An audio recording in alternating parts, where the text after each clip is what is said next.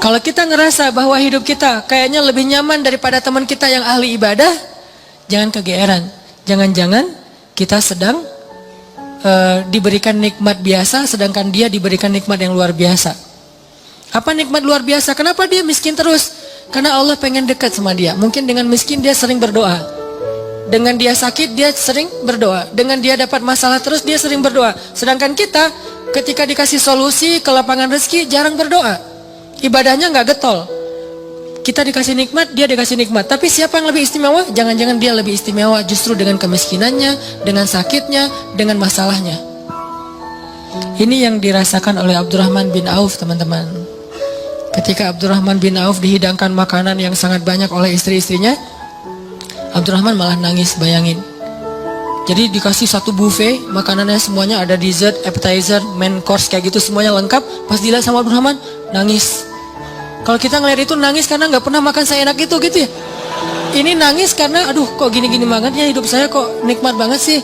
Akhirnya istrinya nanya kepada Abdurrahman, "Ma yubki kayak Abdurrahman, kenapa kamu nangis wahai Abdurrahman bin Auf?" Kata Abdurrahman, "Bagaimana saya tidak nangis? Ada orang yang lebih soleh dari saya, hidupnya susah." Siapa dia? Hamzah dan Mus'ab bin Umair. Sampai keduanya ketika meninggal dalam perang Uhud, saking miskinnya nggak punya kain kafan.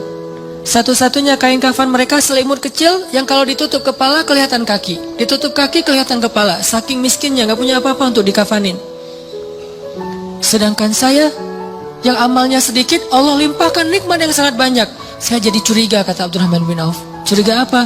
Jangan-jangan mereka yang lebih soleh, kesolehan mereka itu dibalas oleh Allah nanti di akhirat, makanya diirit di dunia. Sedangkan saya nggak soleh-soleh amat, ketidaksolehan saya itu dibalas di dunia. Terus dapat apa nanti saya di akhirat? Nangislah Abdurrahman bin Auf, gak jadi makan. Ini artinya orang kaya tapi gak GR. Kalau yang barusan kita baca di surah Al-Kahfi, orang kaya GR. Allah sayang banget ya sama saya, nanti kalau saya meninggal pasti dikasih yang lebih banyak lagi. Ini teman-teman, ternyata ukurannya biar kita gak GR itu adalah siapa yang paling dekat kepada Allah. Kalau ada orang kaya dengan kekayaannya rajin sedekah, kita harus acungkan jempol. Oh berarti dia dengan kekayaan itu makin soleh. Kalau kita dengan kekayaan rajin sedekah, rajin bantu orang lain, mudah-mudahan kita husnuzon di sini. Tapi kalau dengan kekayaan kita jadi lalai, jangan kegeeran. Di sini bukan bab husnuzon, tapi bab introspeksi diri. Jangan-jangan kita kena istijraj level 1 walaupun belum level 7. Kan biasanya kalau kita ngomongin tentang nikmat identik dengan syukur ya. Terus kalau ujian identik dengan sabar.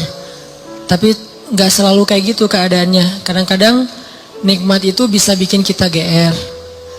Ujian bisa bikin kita salah sangka kepada Allah Subhanahu wa taala. Seolah-olah Allah kalau kasih ujian itu kayak nggak suka sama kita. Padahal kadang Allah kalau kasih ujian itu tandanya masih perhatian sama kita. Kenapa atuh perhatiannya ngasih ujian? Bisa banyak banget alasannya. Bisa pengen ngapusin dosa-dosa kita, bisa pengen ngangkat derajat kita, walaupun kita nggak usah terlalu kegeeran ke sana, minimal menghapus dosa-dosa ya. Bisa juga emang mungkin hanya dengan cara dikasih ujian kita rajin beribadah.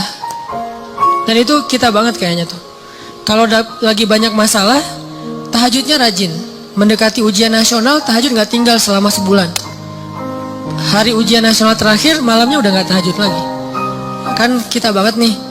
Nah orang yang tipenya kayak gini kadang emang cara untuk biar dekat ke Allah emang dikasih ujian. Makanya jangan jadi tipe kayak gitu. Walaupun ada orang lain yang soleh tapi tetap dikasih ujian. Kenapa? Karena Allah Subhanahu wa taala benar-benar pengen lebih dekat sama dia. Makanya Nabi bilang asyadun nas balaan al-anbiya summas salihin. Orang yang paling banyak diuji sama Allah itu orang para nabi, kemudian orang soleh, kemudian yang mendekati kesolehan dan seterusnya dan seterusnya. Ternyata kadang ketika kita dikasih nikmat, kita tuh jadi kegeeran. Jangan-jangan ternyata nikmat itu bukan sebuah anugerah, justru nikmat itu adalah sebuah istidraj. Gimana kita ngebedain anugerah sama istidraj? Indikatornya sederhana. Seperti apa hubungan kita dengan Allah lewat nikmat itu. Kalau nikmat itu menjauhkan kita dari Allah dan makin nikmat makin jauh, biasa-biasa aja, lempeng dalam urusan agama, berarti nikmat itu adalah istidraj.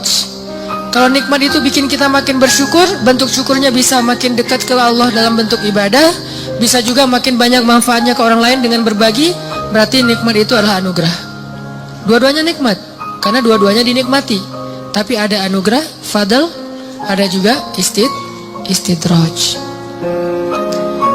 Atau kadang-kadang kegeeran kita, kasus yang lain misalnya gini, kayak dalam keluarga ya, dalam keluarga kita berdoa nih, berdoa, ya Allah mudahkanlah rezeki saya, keluarga saya, pasangan saya, kayak gitu-gitu. Atau anak kita sakit, terus kita berdoa, ya Allah sembuhkanlah anak saya. Yang berdoa malam itu bukan cuma kita loh, orang tua kita berdoa, pasangan kita berdoa, kadang sampai pembantu juga berdoa. Tiba-tiba Allah kasih kita nikmat lewat doa ini. Misalnya anak sembuh, misalnya kita lulus ujian, misalnya dapat kerjaan, terus kita tiba-tiba kegeeran. Ya doa saya diijabah banget ya. Di sini nih kegeerannya nih. Apa ini enggak husnuzon Ustaz? Husnuzonnya kalau Allah Maha baik ya, mau mengijabah doa orang yang tidak layak diijabah. Ini husnuzon. Kalau kegeeran, ya alhamdulillah saya orangnya layak diijabah doa ya. Doa saya tuh cepat banget diijabah, lo baru semalam doa, hari ini udah ijabah.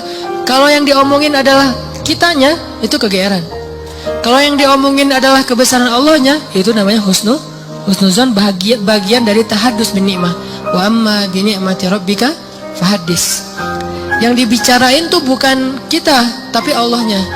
Atau kalau mau lebih nggak GR lagi, kita berhusnuzonnya bukan cuman ke Allah. Allah Maha baik plus, oh ini kayaknya ada doa di dalam keluarga saya nih yang diijabah oleh Allah. Bisa doa ibu, bisa doa ayah, bisa doa pasangan, bisa doa bahkan pembantu yang kita nggak tahu diam-diam dia mendoakan kita. Jadi bukan kitanya yang hebat, yang keren, yang soleh, tapi ada orang lain di sekeliling kita yang soleh kemudian mendoakan sehingga memudahkan urusan kita. Sama kayak dalam dakwah, misalnya saya dengan teman-teman bikin pemuda hijrah nih.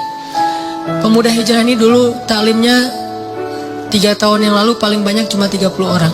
Selama 8 tahun. Tiba-tiba alhamdulillah Allah berikan keberkahan, jadi rame. Kita jadi bareng-bareng sekarang, ada ribuan orang misalnya. Saya selalu mention ke teman-teman, ini pasti ada orang di antara tim kita nih, yang dia itu sama Allah tuh dekat banget, yang diam-diam malam dia berdoa, gara-gara doa dialah jadi banyak kemudahan untuk kita. Bukan, mungkin yang doa semua ikut berdoa, saya berdoa, teman-teman semuanya berdoa, cuman jangan kegeeran, ya alhamdulillah ya, saya baru doa kemarin, sekarang udah diijabah. Ini kalau kita kayak gini, ini agak kegeeran. Sesekali wajar. Kalau sering kali, ini nggak bagus. Bikin kita jadi ngerasa udah baik, udah soleh. Dan Allah mengatakan, "Fala tuzakku anfusakum." Jangan kalian menganggap diri kalian udah baik, soleh, suci. Huwa a'lamu bimanittaqo. Allah lebih tahulah siapa yang paling taat. Jadi teman-teman, kadang kayak gitu kegeerannya. Atau ada juga bentuk kegeerannya gini. Dia jomblo. Udah gitu ngelamar cewek hafizah 30 juz. Dia tuh belum bisa baca Quran, baru hijrah, tapi diberikan istri hafizah 30 juz. Atau sebaliknya, dia cewek baru berhijab banget, diberikan suami hafiz 30 juz. Udah gitu dia kegeeran. Wah, berarti saya udah pantas buat dia nih. Atau dia pantas buat saya. Enggak, jangan-jangan Allah sengaja ngasih kita pasangan yang soleh banget, karena cuma dia yang bisa menghijrahkan kita dan memperbaiki kita. Kalau dikasih yang tanggung-tanggung, ntar lepas lagi nih. Makanya dikasih yang gak tanggung-tanggung. Sekalian aja yang paling soleh, yang paling taat, yang paling berwawasan agama luas, sehingga kita disuruh belajar ke dia. Bisa kayak gitu. Padahal yang datang ke dia tuh banyak. Ada yang sama-sama hafiz. Kenapa yang lebih baik dari kita hafiz gak diterima? Karena udah sama-sama soleh. Terus siapa lagi yang perlu diperbaiki kan? Bisa jadi kita justru ketemu dengan orang yang keren, karena Allah pengen memperbaiki kita dengan orang itu, lewat orang itu. Ini biar kita nggak kegeeran. Ustadz, kenapa sih harus gitu-gitu amat? Karena itulah sifat orang yang beriman.